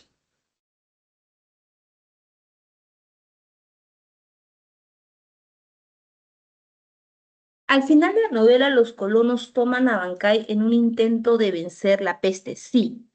Recuerden de que los colonos llegan con una finalidad de ayudar, porque también tenían ese pensamiento de que ellos pues podían enfrentar la peste. O sea, había mucha ignorancia respecto a la parte de las enfermedades, chicos, en esa época, ¿no? Entonces, sí, los colonos van a buscar ayudar aquí también. No van a tomar a Bonga porque pensaban de que como que si el padre hacía una misa, ya la fe de Dios iba a ayudar pues a estas personas, ¿no? Tenemos entonces verdadero, falso, falso, verdadero. Acá la alternativa sería la E. Chicos. Bien, vamos ahora a pasar a la pregunta 14. Dice, el indigenismo se define como un movimiento literario, cultural y artístico, el cual postuló fundamentalmente en la reivindicación del indígena. Esta propuesta se manifestó en un contexto en el cual se va a apreciar ya. En la época indigenista, recuerda que ahorita estamos en el vanguardismo, ¿no? Después de que hubo la Primera Guerra Mundial y todo lo demás. Pero ya ha habido un adelanto. Seguramente ustedes cuando han escuchado un poco de la vida de César Vallejo, se van a acordar un poco del Grupo del Norte. No sé si están recordando ello, pero el Grupo del Norte se le relaciona mucho con un partido. ¿Saben a qué partido me refiero? A ver, te voy a decir el nombre del partido, ¿ya? Se llama Alianza Popular Revolucionaria Americana. ¿De quién creen que estoy hablando? Era Alianza El APRA. Popular. ¿El APRA? El APRA, pues. ¿Qué había pasado? Ajá. En este contexto político va a haber como que una efervescencia. Por eso va a aparecer pues el APRA y además de eso también va a aparecer otro partido, que va a ser el Partido Comunista también. ¿Ok? Entonces aquí ya vamos a ver cómo se dice un poco ya de esta pelea, esta efervescencia política entre estos dos partidos, ¿no? Que más estaban, como se dice, preocupados en sus inicios, ¿no? Y que pues supuestamente buscaban tomar en cuenta al indígena, ¿no? A ver, entonces, por ello, vamos a decir que se va a presentar en un contexto de gran efervescencia político durante las primeras décadas del siglo XX. Esa va a ser, entonces, la 14 sería la C. 14C. Bien, chicos, vamos bien. Vamos ahora con la pregunta 15. Y miren, aquí yo de todas maneras le voy a dar el contexto, pero ustedes ya lo pueden ir infiriendo, miren. En el cuento de Niño junto al cielo de Enrique Conga se va a mencionar la bestia con 1 millón de cabezas. Esteban había soñado hace unos días antes del viaje en eso, una bestia con 1 millón de cabezas. Y ahora él, con cada paso que daba, iba internándose dentro de la bestia. Y acá estamos hablando de la experiencia migratoria. Mm, ¿A quién creen que se refiere con con una bestia de tantas cabezas, chicos? ¿A la capital? A la A la capital. capital, Lima. muy bien. Lima, por supuesto. Recuerden cómo era Lima antes, ¿no? Lima era, como se dice, un panteón gigante, era un campo nada más. Por ahí solamente el centro de Lima era como que tenía las casas, ¿no? Pero pues va a surgir lo que llamamos la famosa búsqueda de oportunidades. Y eso que va a padecer de que las personas pues quieran mandar a sus hijos Lima, pues, ¿no? Buscar esa oportunidad. Pero ¿qué va a pasar? Aquí va a haber un problema muy grande, chicos, porque Lima no estaba preparado para recibir a tantas personas. Y ahí pues van a nacer los famosos pueblos jóvenes, ¿no? Y también va a haber un choque cultural, aunque no lo crean, porque recuerden que la gente de provincia es muy buena, es muy noble, ¿no? Y pues el limeño, como nosotros los limeños, ¿cómo somos? Nosotros somos, vivimos como se dice en la política de quién es el más vivo, ¿no? Y eso justamente va a pasar aquí, ¿no? En el caso de Enrique Congas con el personaje de Esteban. Esteban es un niño que va a venir de provincia a Lima, pero él dice que cuando veía las fotos, veía las imágenes, él pues imaginaba que eran lugares así como Miraflores, San Isidro, ¿no? Que estaban, como se dice, lugares establecidos. Y decía, ay, qué bonito, ¿no? Así debe ser Lima. Pero cuando llega, se da con que su tío no lo va a llevar a esos lugares, lo va a llevar al cerro, ¿no? Y ahí, pues ahí como que Esteban trata de entender qué está pasando, ¿no? Y su mamá, pues, se dedica, pues, a ayudar a hacer labores del hogar para poder alimentar a la familia. Y el pobre Estevitan, pues, quiere obviamente también ayudar a su mamá.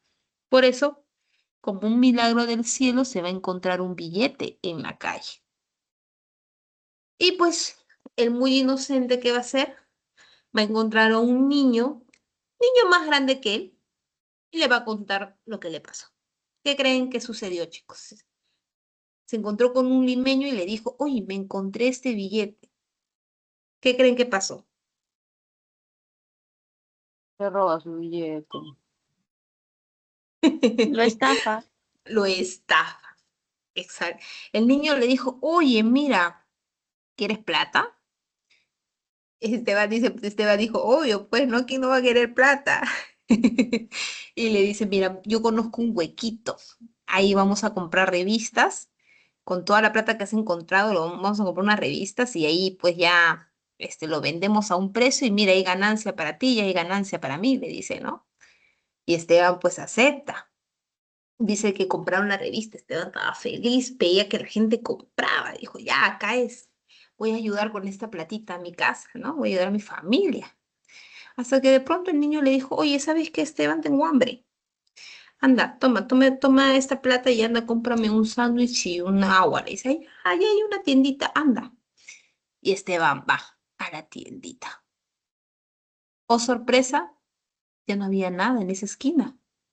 No encontró a nada, no estaba ni el chico, ni la revista, ni la plata, ni nada. Y Esteban dijo, ¿me habré equivocado? ¿Ese es el lugar correcto? Me quedaré a esperar.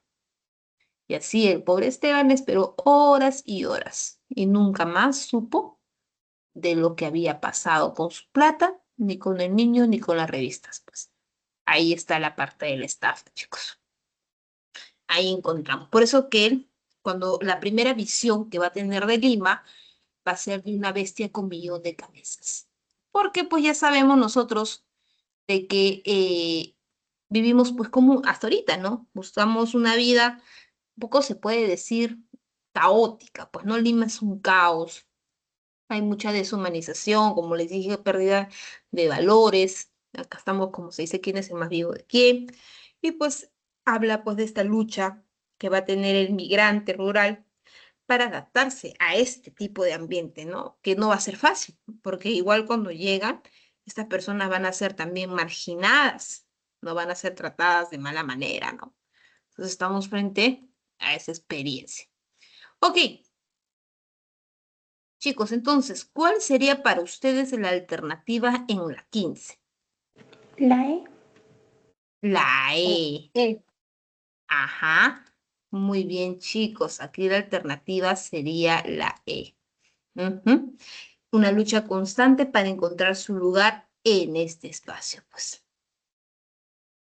Ya más adelante van a seguramente con su maestro a profundizar un poco más de información, pero ya les he ido adelantando un poco. Y luego de ello vamos a la pregunta 16, que seguro ya este relato también lo han ido escuchando, ¿no? El relato de los gallinazos sin pluma. A ver, por ahí, algunos conocedores quizás de este relato, por ahí, ¿cuál sería su alternativa si esto les viene en un examen de visión?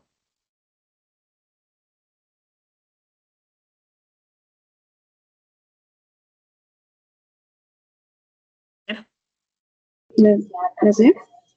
Por acá me dicen la C, ¿ya? Bien, la C, me dicen por aquí. La C. La La C, ajá. Ok, vamos a marcar. Dice, Enrique se lastima el pie y no puede ir al muladar con su hermano Efraín. En este caso es al revés, ¿no? Es al revés. Efraín es el que se lastima el pie. Por eso no puede ir con Enrique, porque Enrique era el más pequeñito. Ya está. A ver, el cerdo pascual devoró al abuelo debido a que éste saltó en el chiquero. A ver, acá hay dos cositas. Primero, ustedes saben por la historia que no salta, sino que supuestamente se tropieza y se cae. Ahora, otro aspecto que también tenemos que tener aquí en cuenta, chicos, es que no se habla, o sea, específicamente en el cuento, no aparece que Pascual haya devorado, o sea, que el cerdo Pascual haya devorado al anciano Don Santos, no se dice específicamente eso, sino eso es una inferencia por los gritos que se escuchaba, ¿cierto? Podemos inferir, pero que diga literal, no Pascual devoró, no aparece así en la obra. Ya es una inferencia que nosotros vamos a decir acá. Entonces acá también sería falso. Don Santo obliga a sus nietos a ir al vertedero para cebar al cerdo. Claro, recuerden que el abuelito qué pensamiento tenía, ¿no? Cuanto más alimento le daban, más engordaba y era más fácil poder venderlo, ¿no? Eso era el pensamiento y así pues tener dinero para ellos, ¿no? Pero seguimos hablando nuevamente del tema de la explotación. Ujú. Sí es cierto, Isabel, es cierto. Como que pedimos una continuación, ¿no? De qué pasó, si realmente se lo... Porque todo, creo que todos estamos de acuerdo en que se merecía que morir ese viejito, ¿no? Era muy malo, era muy malo. Y por otro lado tenemos Efraín Enrique en Abandona el Corralón, pues les espera un futuro exitoso. Aquí está también la palabra, como se dice, que nosotros tenemos que analizar, porque si bien se dice que los hermanitos salen abrazados, ¿no? Y salen, pueden ver la luz, como se dice, de la ciudad, pero no significa que vamos a hablar de un futuro exitoso, ¿no? O sea, podemos quizás inferir un poco nosotros con lo que vamos leyendo de que pues van a estar mucho mejor que con el abuelito, ¿no? Quizás en el muladar, viviendo ahí, acompañaditos los dos hermanitos, van a estar tranquilos, ¿no? Pero en el caso de su hogar, pues tenían que levantarse temprano, ¿no?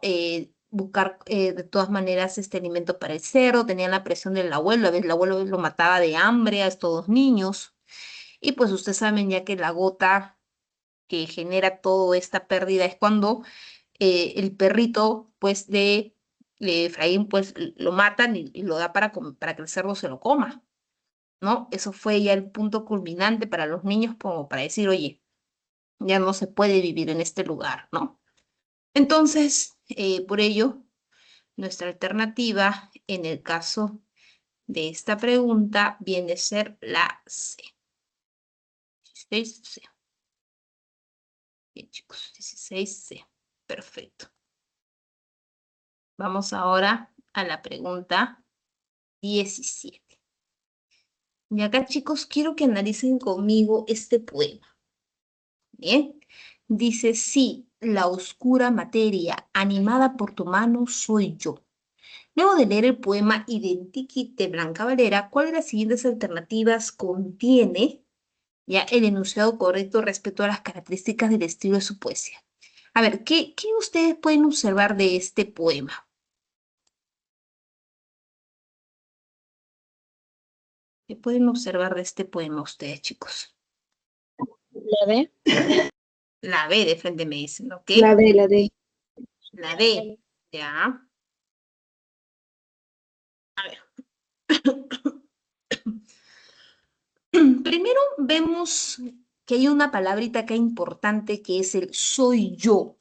O sea, hablamos de que la autora de todas maneras está afirmando su identidad, ¿no? Pero se hace llamar como una materia oscura que va a cobrar vida, pues, debido a la animada por tu mano, ¿no?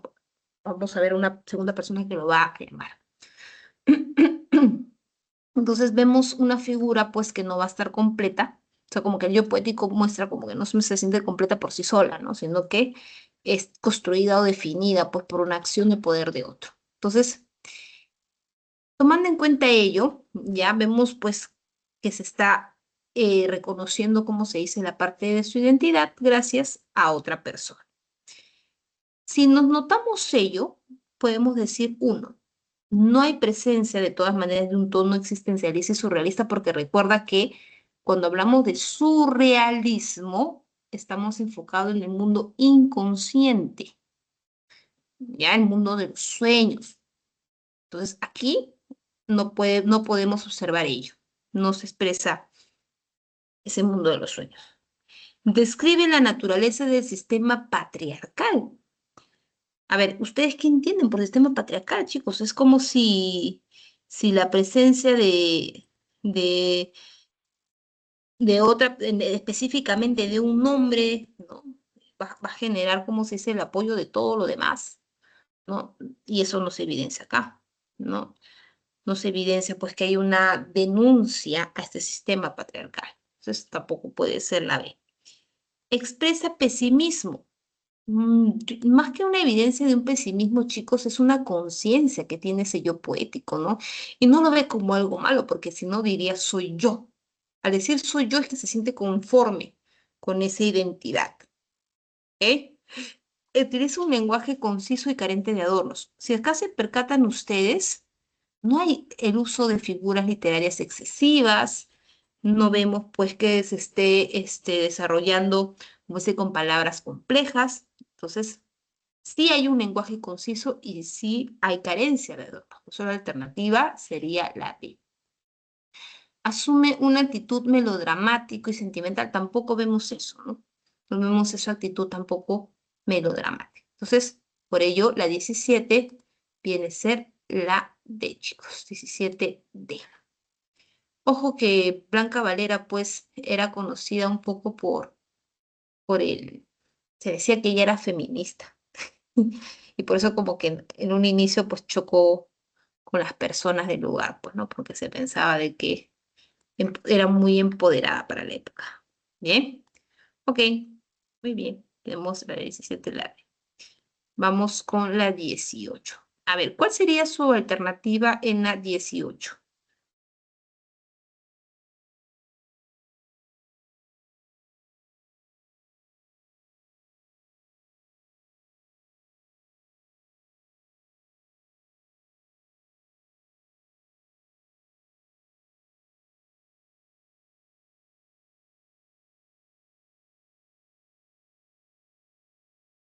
La A.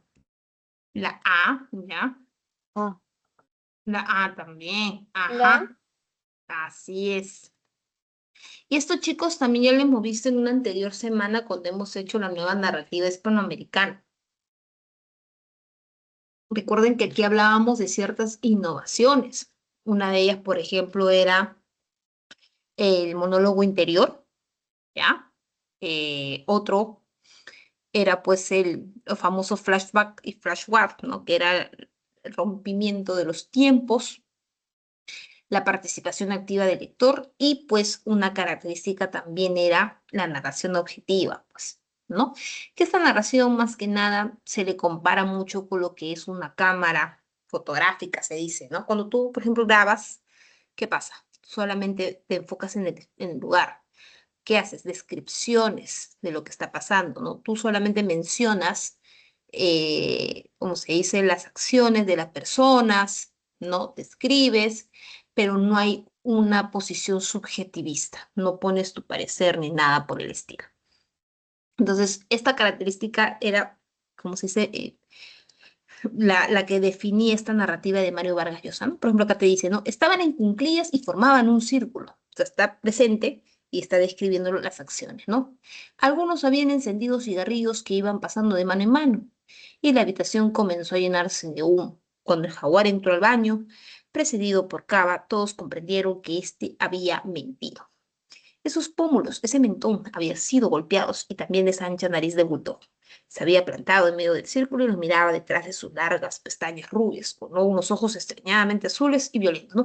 ¿Qué está haciendo? Está describiendo la situación y mencionando las acciones que se estaban dando en el lugar. Entonces, en este caso, como bien me han dicho ustedes, chicos, sí estamos frente a la alternativa A. Buen trabajo. Está empleando esta narración objetiva. Bien. Ok, y ahora vamos a la pregunta 19. ¿Eh? ¿Qué marcarían ustedes aquí, chicos?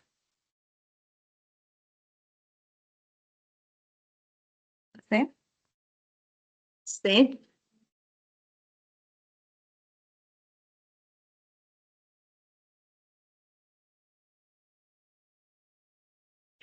A ver, la C, dice por acá. ¿Sí? A ver, la C. Ok. Veamos. Dice, la universidad era un reflejo del país, decía Jacobo. Y si todos tenían la culpa, no había más remedio que conformarnos, decía Santiago y Jacobo. La solución era la reforma universitaria. Pero si la universidad era un reflejo del país, San Marcos nunca iría bien, mientras el Perú fuera tan mal, decía Santiago. Y Aida, si se quería curar el mal de raíz, no había que hablar de reforma universitaria, sino de revolución. Pero ellos eran estudiantes y su campo de acción era la universidad, decía Jacobo. Trabajando por la reforma, trabajarían por la revolución. Había que ir por etapas y no por ser pesimistas. Si nos damos cuenta, acá tenemos tres personajes. Tenemos a Jacobo, tenemos a Santiago, tenemos a Aida. Y los tres están compartiendo sobre su visión de la universidad, ¿no? Están como que viendo, compartiendo un poco sus opiniones, los ideales que van a tener sobre la situación del país y la universidad, ¿no? Pero no todos están de acuerdo. ¿Por qué? Porque justamente son ideales, o sea, lo que para cada persona tiene que ser la institución. Entonces, por eso, en este caso, la 19 habla de esto, ¿no? De los ideales políticos de los jóvenes universitarios. Chicos, por eso la 19 viene a ser la pregunta C. 19C. Bien, vamos ahora con la pregunta 20. A ver, y aquí te está hablando sobre una obra que viene a ser de Mario Vargas Llosa llamada La ciudad de los perros. Si no lo han escuchado, no se preocupen, que igual voy a pasar también a explicar un poco lo que es el argumento. Bien, a ver, ¿alguna vez ustedes se han imaginado ir a una escuela militar? ¿Cómo se imagina la escuela militar? ¿Cómo es? A ver, ¿para quién es la escuela militar?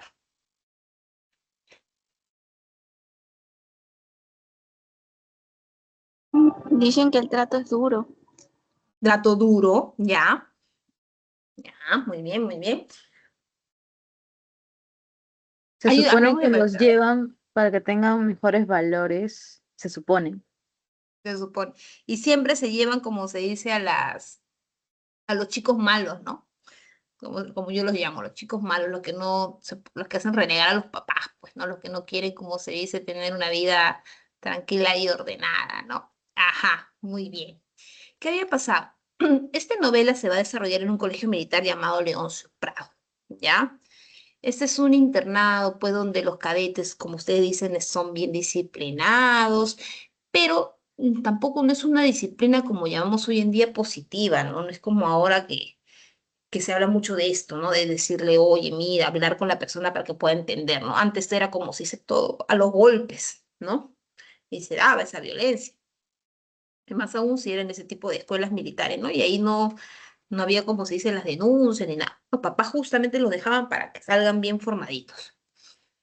Eso también va a generar, pues, de que exista, como se dice, grupos, ¿ya? Se cuenta que cuando había un novato, o sea, cuando una persona ingresaba, tenía que hacer ciertos trabajos, o sea, como que darle la bienvenida, la iniciación, como algunos llaman.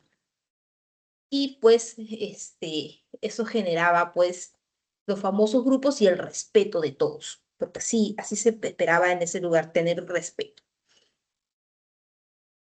¿Qué había pasado? Aquí vamos a encontrar a Jaguar. Jaguar era como se dice el cabecilla, el intocable. Se dice que él era del Callao, que su familia pues hermanos, ¿no? Ya habían pasado por la cárcel, ¿no? Y se esperaba que también él vaya a la cárcel. Pero se toma la decisión de meterlo al internado, al colegio, para que lo reforme. Pero lo curioso aquí, chicos, es que Jaguar dice que ni siquiera hizo la iniciación. O sea, se volvió un intocable, ¿no?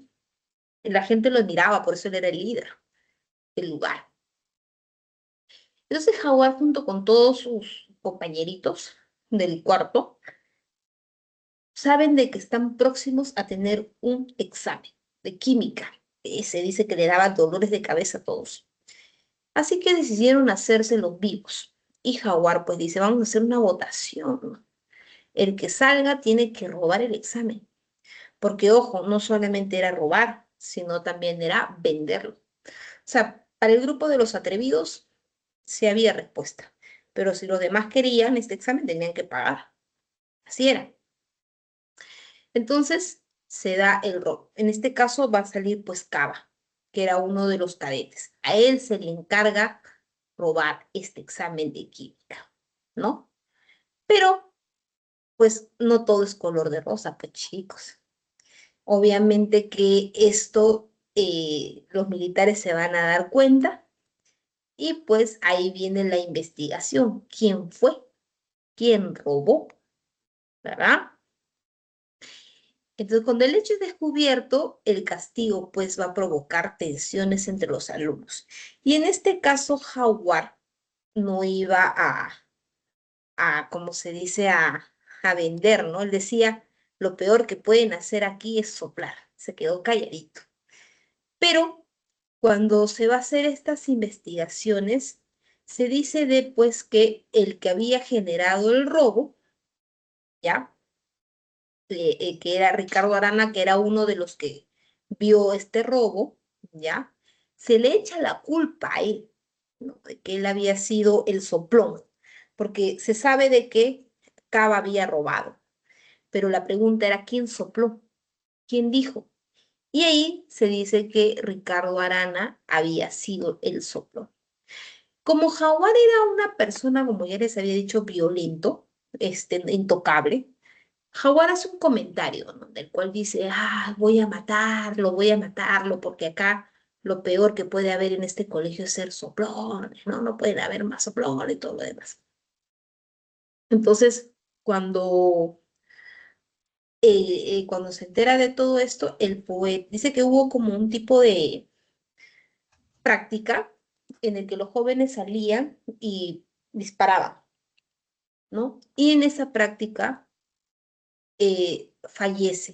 va a fallecer justamente el esclavo, que era el que había soplado, supuestamente, ojo, no significa que lo haya sido, pero para todos él era el que había soplado. Entonces lo matan, hubo un accidente y lo matan. Entonces el otro cadete, que era el poeta, dijo, esto no es un accidente, el Jaguar lo ha matado a propósito, él es el culpable, ¿no? Entonces esto es un asesinato, dijo. Pero se quedó pensando el poeta porque dijo, ¿qué hago? Si yo hablo también voy a hacer un soplón, ¿cierto? Y acá el soplón está prohibido, entonces mejor me quedo callado, pero no puedo con mi conciencia, dijo, ¿no? No se puede con mi conciencia, entonces voy a ir a hablar y hace la denuncia a sus superiores. Y dice, pues acá el asesino aquí es Jaguar.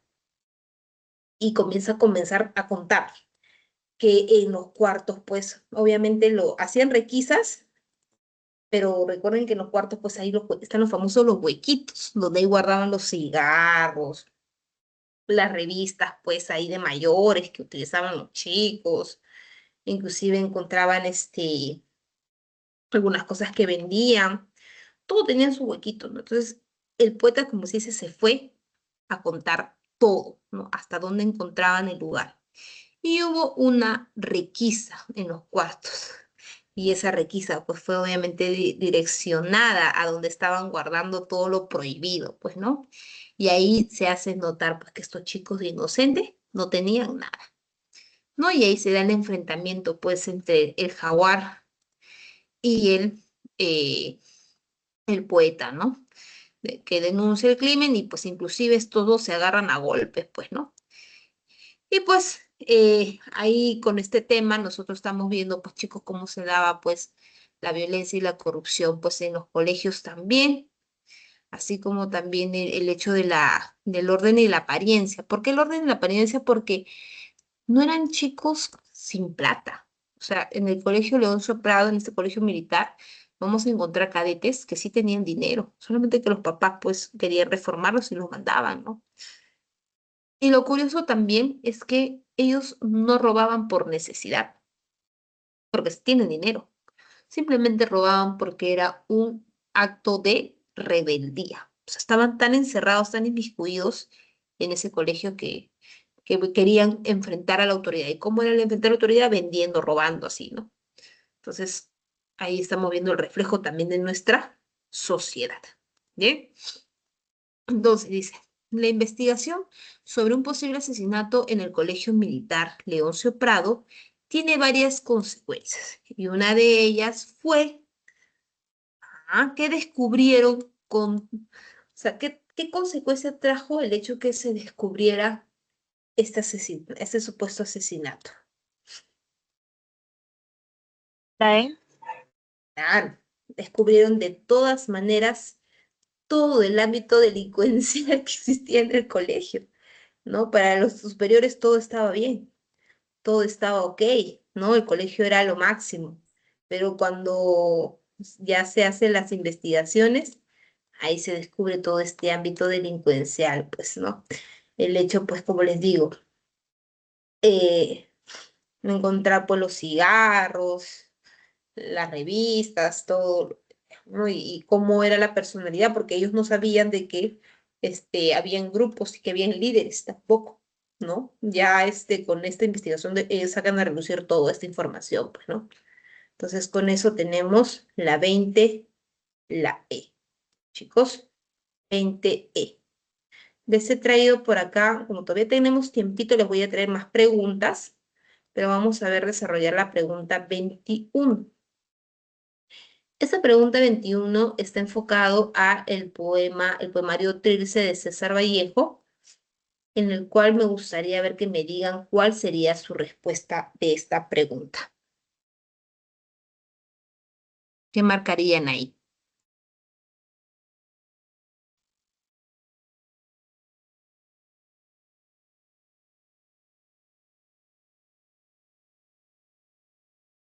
La C. No sé. Claro. Recuerden que Trilce está escrito en su época vanguardista del autor. Y pues acá tenemos, por ejemplo, onomatopeyas como roéis, autocarril, elementos tecnológicos, ¿no? Aire, aire, hielo, si menos el calor, mejor no digo nada. No hay palabras arcaicas, no hay palabras antiguas. Tampoco hablamos de un caligrama, porque recuerden que el caligrama es la forma, ¿no? Si tú quieres hablar de la araña, ya hacemos un poema y nos enfocamos en la araña, pues, ¿no? En forma de araña. Esos son los caligramas. Y el uso del espacio también del poesía, ¿no? Y no vemos eso en esta pequeña estrofa. Empleo de versos modernistas tampoco, nada que ver. Recuerda que estamos con el modernismo. Y el léxico que alude a lo provinciano, que tampoco no tiene relación. Entonces acá la alternativa sería la pregunta C. La 21 sería la C. Bien, chicos, como aún nos queda unos minutos, no sé si les gustaría que les traigan más preguntas. A ver si por el chat me indican de qué semana les traigo algunas preguntitas que les gustaría reforzar. A ver, indíqueme, por favor. Sí, profesora. Podrían ser de las últimas semanas. Semana 15, profesora. 15. La 15, la 14. 14. Ya, a ver, denme unos minutitos que ahorita les traigo las preguntas.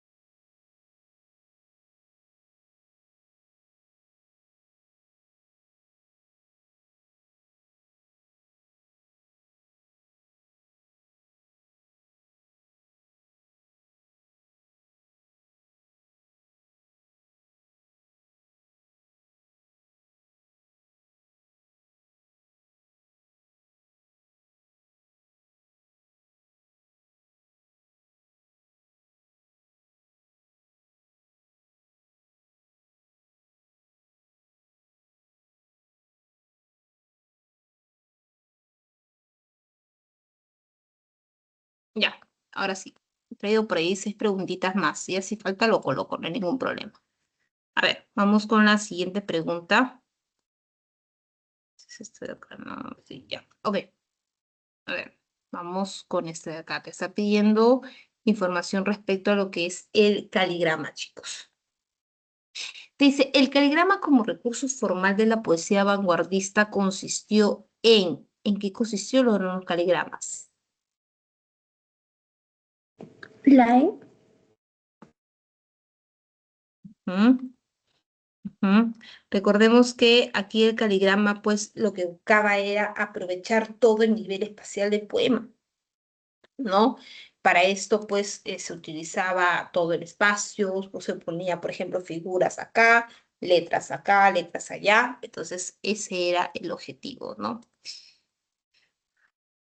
Entonces, acá la E, ¿no? La parte de la forma. A ver, el rescate de la dimensión estética decimonónica erróneo. Recuerden de que esta parte de la estética decimonónica habla de la relación, pues, un poco de lo que era el alejamiento al realismo, ¿no? La exploración del inconsciente tampoco, uso de la métrica variada en los versos del poema. Mm, era verso libre, sí es cierto, hablamos de un verso libre que se daba en el vanguardismo, pero no hay una métrica variada como tal. La incorporación de elementos del ámbito tecnológico, claro, pero el caligrama en sí, chicos, tiene que hablar más que nada de la parte de la forma del poema, ¿ya? Forma, en este caso del espacio. Ustedes me lo han marcado acá. Entonces la 2 acá del caligrama es la E. 3. A ver, te dice, con respecto a la verdad o falsedad de los siguientes enunciados acerca de los heraldos negros de César Vallejo, marca la alternativa que contiene la secuencia correcta. A ver, 1 dice, sobresale en particular la temática referida al hogar de raíz provinciana. 2, se aprecia la influencia estilística proveniente de autores modernistas. 3, el poemario publicado en París tiene secciones de gran originalidad. Y 4, en algunos poemas se presenta la figura del padre y el primer edil. Ojo, que estamos hablando de los heraldos negros. ¿Cuál sería su alternativa acá, chicos?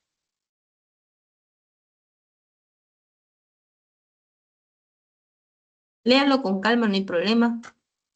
Léanlo con calma.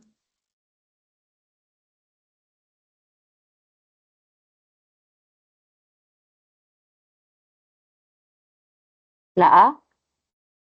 Ya, la A me dice por acá Margot. Bien.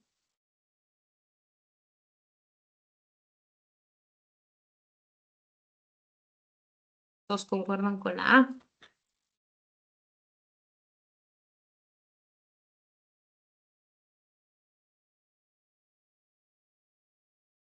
Ya, también.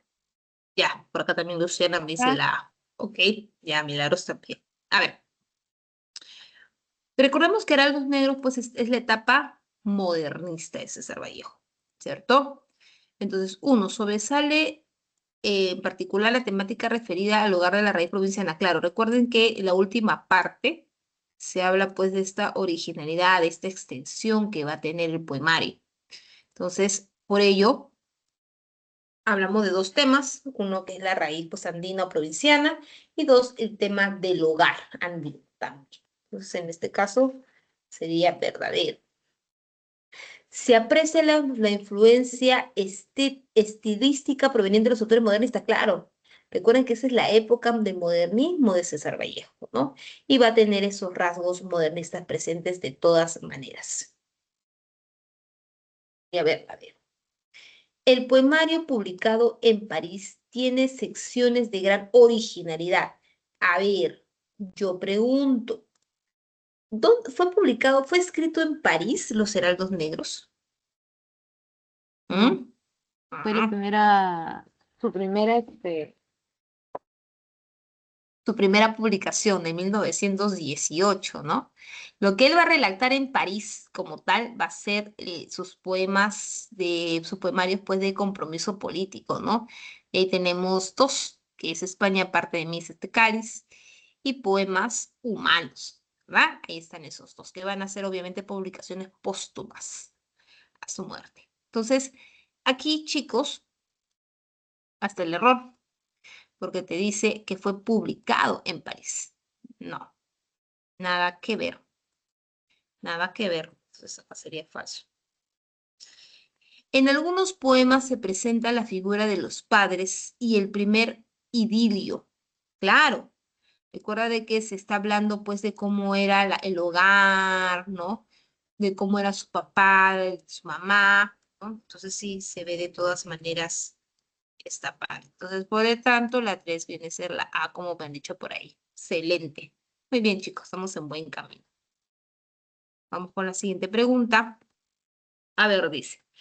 Amado sea aquel que tiene chinches, el que lleva zapatos rotos bajo la lluvia, el que vela el cadáver de un pan con 2 cerillas, el que se coge un dedo en una puerta, el que no tiene cumpleaños, el que perdió su sombra en un incendio, el animal, el que parece un loro, el que parece un hombre, el pobre rico, el puro miserable, el pobre pobre. Teniendo en cuenta este fragmento del poema Traspié entre 2 estrellas de Poemas Humanos de 1939 de César Vallejo, puede deducirse que una de las características de esta obra es la presencia de... Recuerda que estamos hablando de poemas humanos, ¿ya? Temática ¿La pues, B? como, como el hambre. A ver, tratamos en la B, ¿ya? ¿Todos estamos de acuerdo que es la B? La B. La B también me dicen por acá. Ok. Recuerden de que en el caso de poemas humanos hay una característica muy importante, que es el ver el cuerpo humano como un lugar de sufrimiento, de exploración. Vamos a ver, ten en cuenta aquí, mira lo que te está marcando. La A. Primero te dice, ajá, vamos a ver, amado sea aquel que tiene chinches. Ahí está haciendo una referencia. ¿Por qué? Porque que tiene chinches, ya estamos hablando de un lugar del cuerpo del ser humano, ¿no? En el cual puede presenciarse ese dolor. ¿Qué más tenemos? El que lleva zapato roto bajo la lluvia. Otra característica de lo que podemos hablar del dolor humano, del cuerpo, la parte corporal. 3, también el que se coge un dedo en una puerta. ¡Auch! ¡Qué dolor! También imágenes corporales. O sea, tú te puedes imaginar el hecho de caminar con un zapato roto bajo la lluvia, ¿no? Ya sabes. ¿Sabes? Te puedes imaginar cómo es la persona que puede tener chinches o no. Puedes imaginar el dolor que puede tener una persona que se coge un dedo en una puerta, ¿no? También, ¿cierto? Entonces, aquí lo que él está hablando es haciendo referencia a esta característica que era de poemas humanos, que era pues de las imágenes corporales. Él utilizaba estas imágenes corporales como para que dar una relación de cómo era el sufrimiento del ser humano, ¿ya?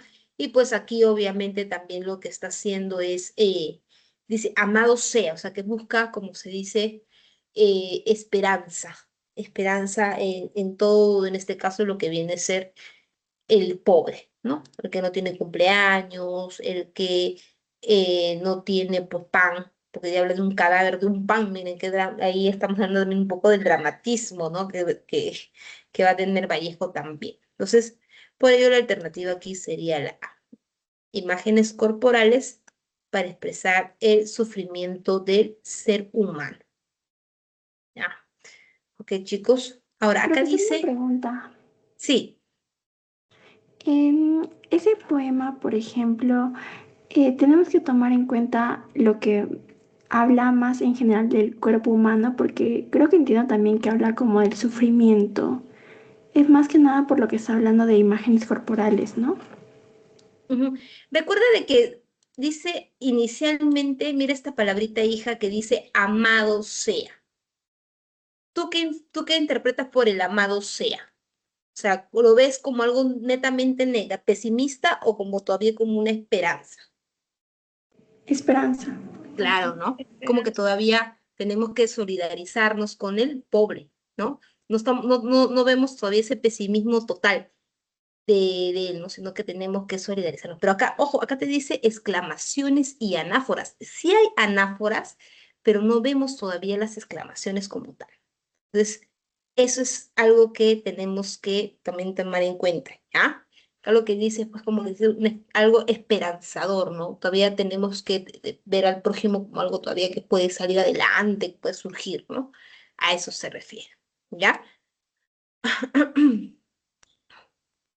Bien, chicos, entonces aquí en la 4 es la A. Vamos a la siguiente. A ver, por acá me faltó eliminar esto, pero no importa. A ver, dice, determine el valor o la falsedad de los siguientes enunciados relacionados con el ojo, estamos hablando del posmodernismo. Posmodernismo. A ver, ¿cuál sería tu respuesta en la pregunta 1?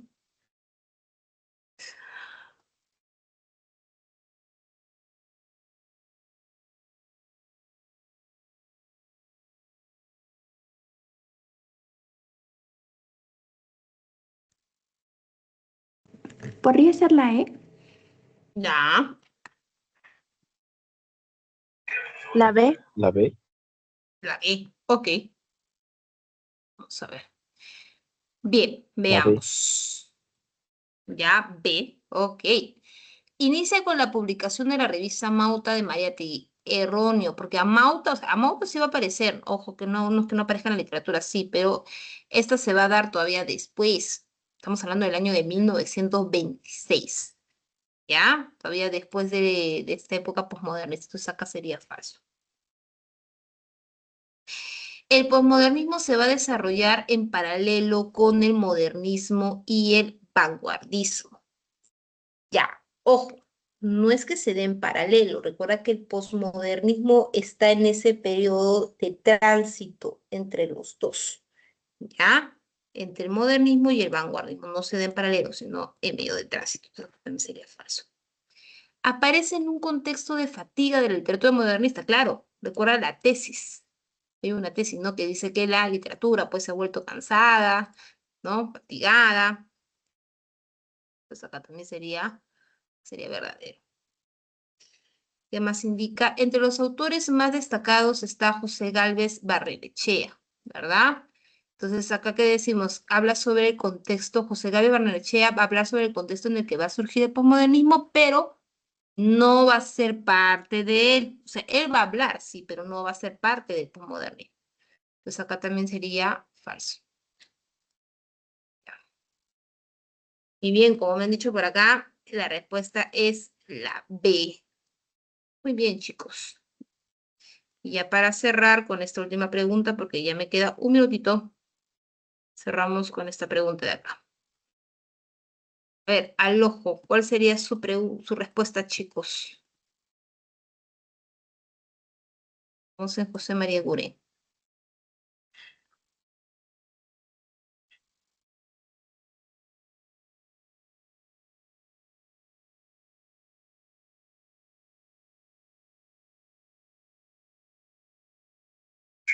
La E. La La E, E. muy bien, muy bien. No iniciamos con la canción de la figura, sino iniciamos con simbólicas, no te olvides. Él tiene su propia cosmovisión, hablamos de una cosmovisión propia, sugerente, entonces sí hay una cosmovisión personal. El énfasis en la musicalidad de su poema hace referencia al movimiento simbolista. Claro, se explica que la orquestación del poema es base de esta influencia simbolista, ¿no? Esta parte de la orquestación, entonces sería verdadero también. Los escenarios rurales y costeños son parte de su poesía. No, recuerda que él utiliza elementos pues del exotismo, ¿no? Como Estambul, ¿no? Y otros más. Entonces, nada que ver acá, falso. Entonces, aquí, sí, chicos, como bien dicho, la respuesta es la E de enano. 2 y 3. Bien, bien, chicos. Ahora sí me paso a retirar. Ha sido un gusto compartir con ustedes el día de hoy. Les deseo mucha suerte y éxitos y que tengan un lindo fin de semana. Bien, cuídense. Nos vemos. Gracias, Miss, hasta luego. Ya, nos Gracias, vemos. Hasta Miss. luego, profesora. Hasta luego, hasta luego. Nos vemos. Hasta luego, profesora.